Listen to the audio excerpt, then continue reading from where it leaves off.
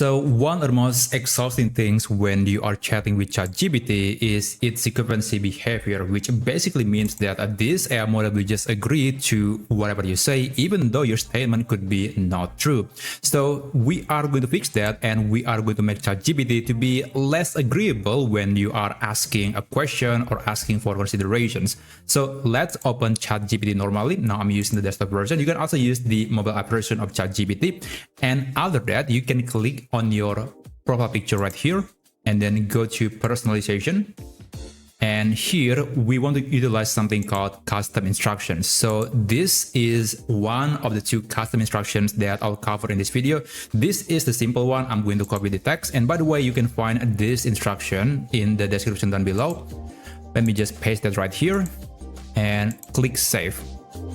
Okay, I'm going to close this window, and I do recommend to refresh the page, or if you're using the mobile app version, you might want to restart the app because sometimes ChatGPT is actually not immediately saving your new instructions. So please double check it and make sure that the new instructions have been saved into your account. Now here, I'm going to send the same question again with this new instruction.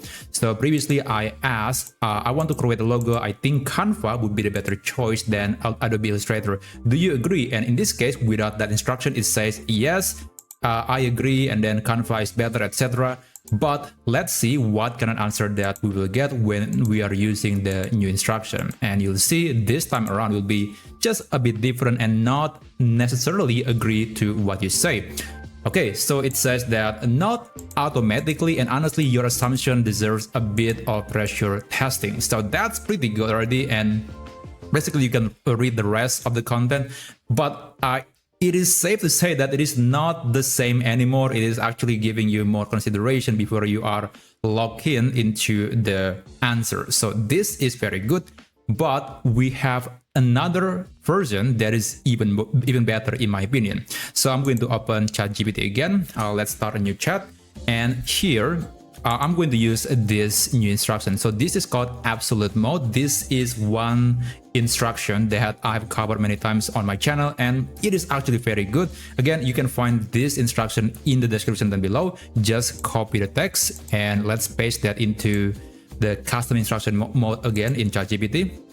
So I'm going to delete the old one and let's insert the new instruction. There we go.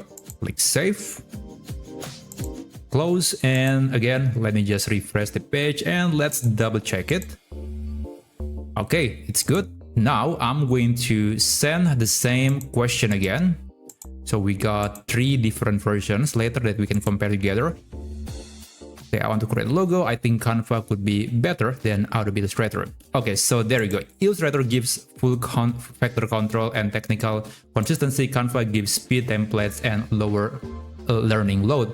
And if your goal is fast output with minimal complexity, Canva is sufficient. And yeah, basically the answer here is a bit more concise than this version.